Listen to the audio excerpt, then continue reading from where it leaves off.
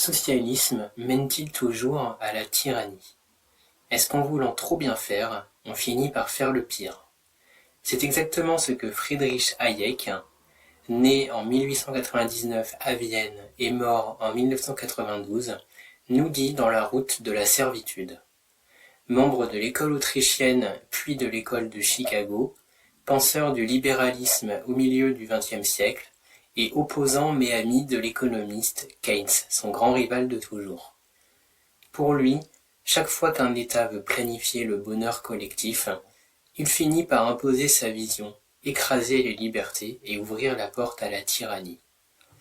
Dans cette vidéo, on va voir comment Hayek explique la montée des dictatures au XXe siècle, pourquoi il pense que le socialisme tel qu'il le définit mène inévitablement au totalitarisme, et quelles leçons il veut transmettre à ceux qui vivent en démocratie.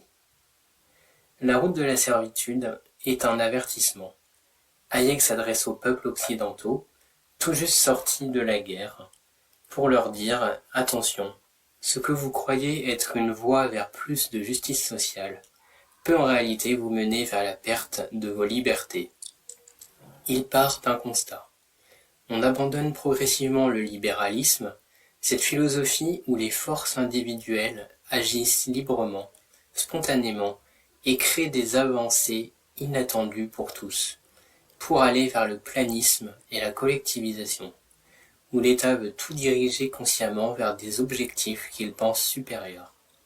C'est pour lui la répétition des erreurs du passé, ayant abouti à des régimes totalitaires que sont le fascisme, le nazisme et le communisme. Hayek oublie l'axe droite-gauche traditionnel, qui place communisme et socialisme à l'opposé du fascisme, mais les volontiers du même côté face aux libéraux sur un nouvel axe, liberté, anti-liberté. Hayek distingue deux types de socialisme, celui des fins, qui prétend mener vers l'égalité, la justice sociale et la sécurité, et celui des moyens, les moyens pour parvenir à ces fins, la planification par un organisme central.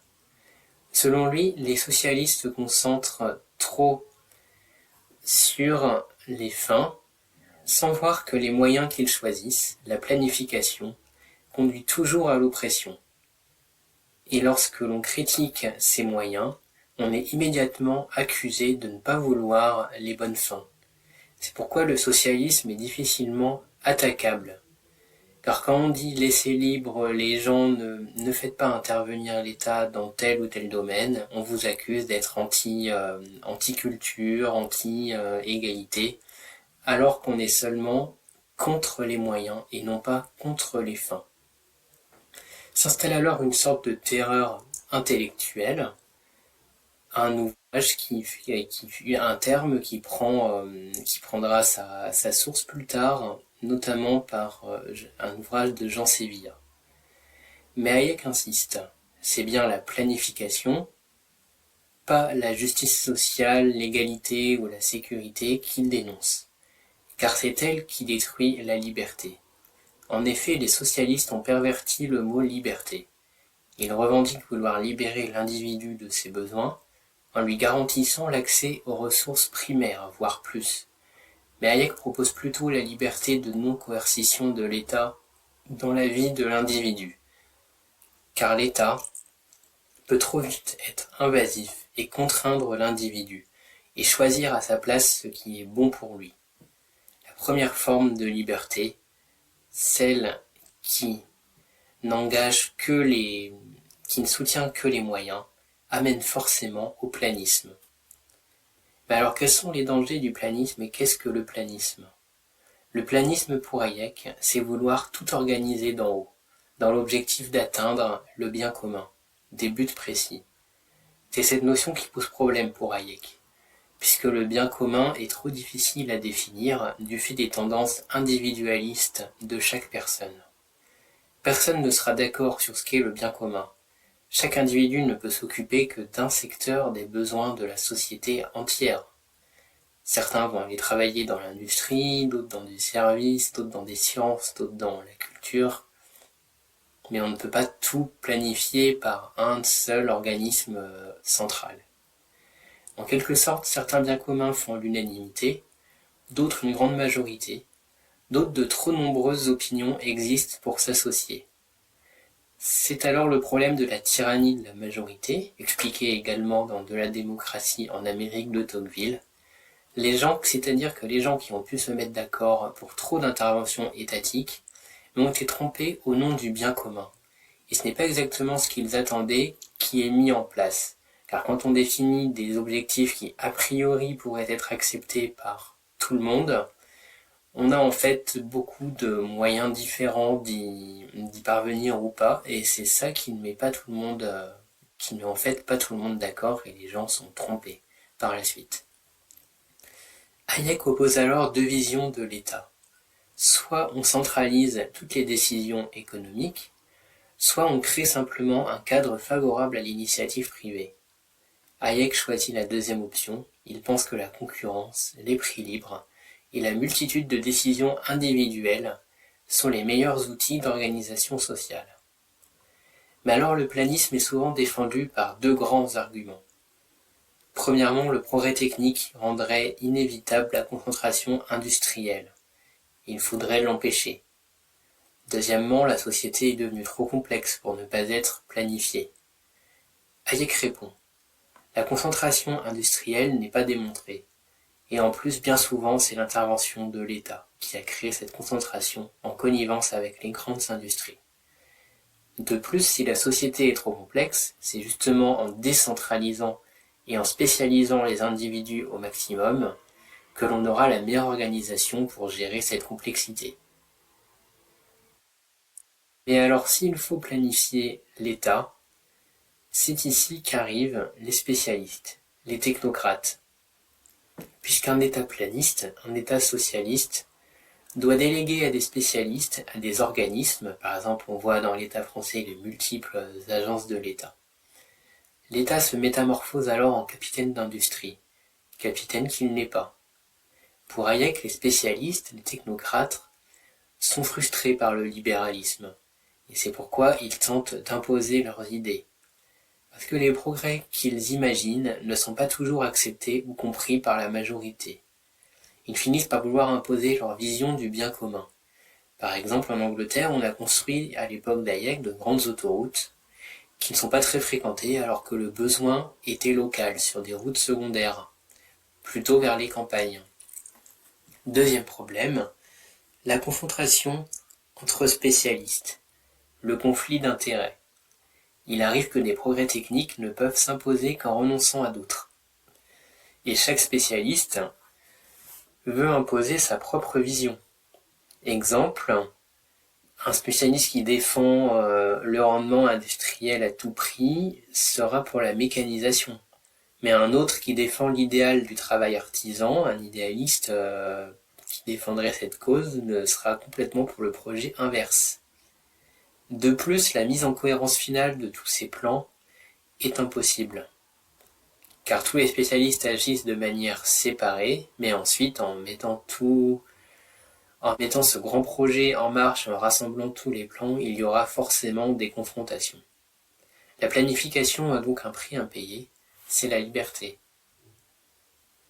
Et la liberté de consommation est le premier pilier de la liberté qui se perd. Car pour planifier l'économie, il faut contrôler la production. Mais cela implique aussi de contrôler la consommation, le premier outil de liberté des individus. La deuxième liberté que l'on perd est la liberté de s'enrichir, de s'en sortir par soi-même dans la vie. Dans un système de marché, les inégalités viennent de forces impersonnelles. Il est impossible de personnifier un ennemi qui vous aurait rendu riche ou pauvre dans la vie. C'est plutôt la faute à la vie, au hasard, qui vous aurait rendu soit riche, soit pauvre.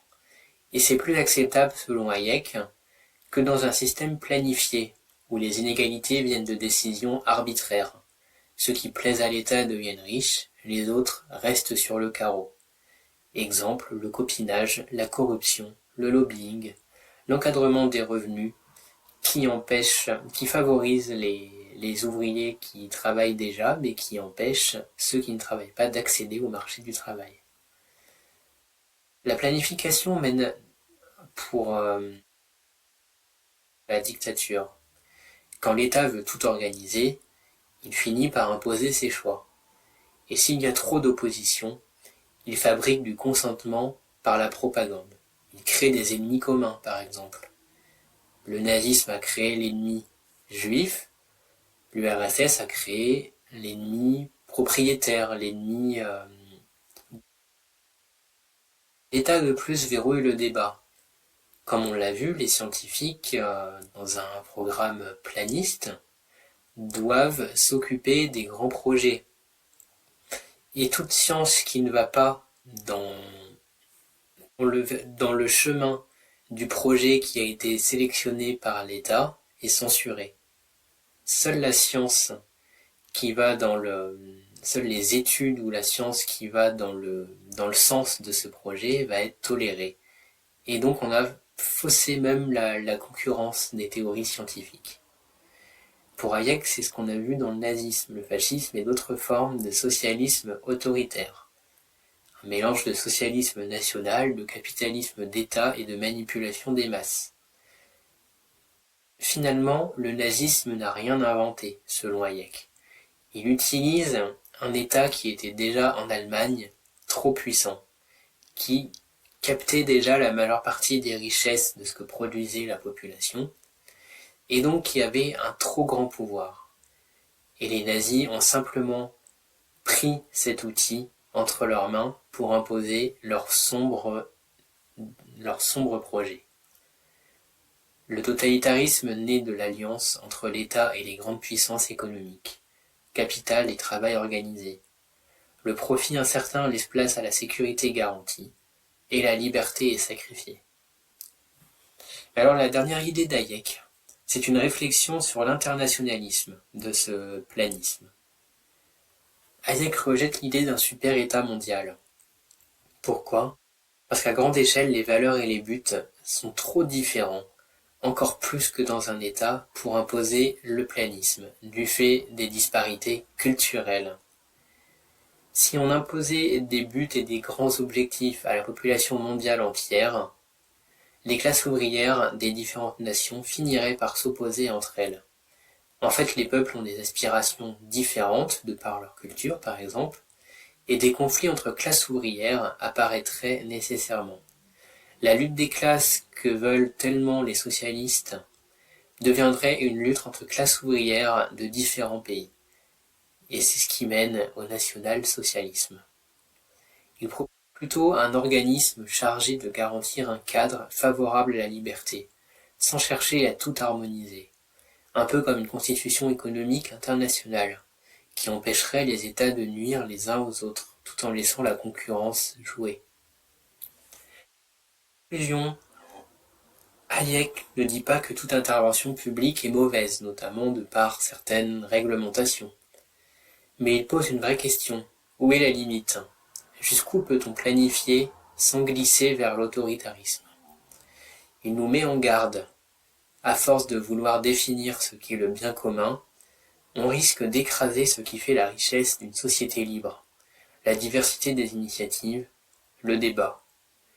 Alors, la route de la servitude, est-ce une prophétie exagérée, ou sommes-nous déjà dessus, sans le savoir ?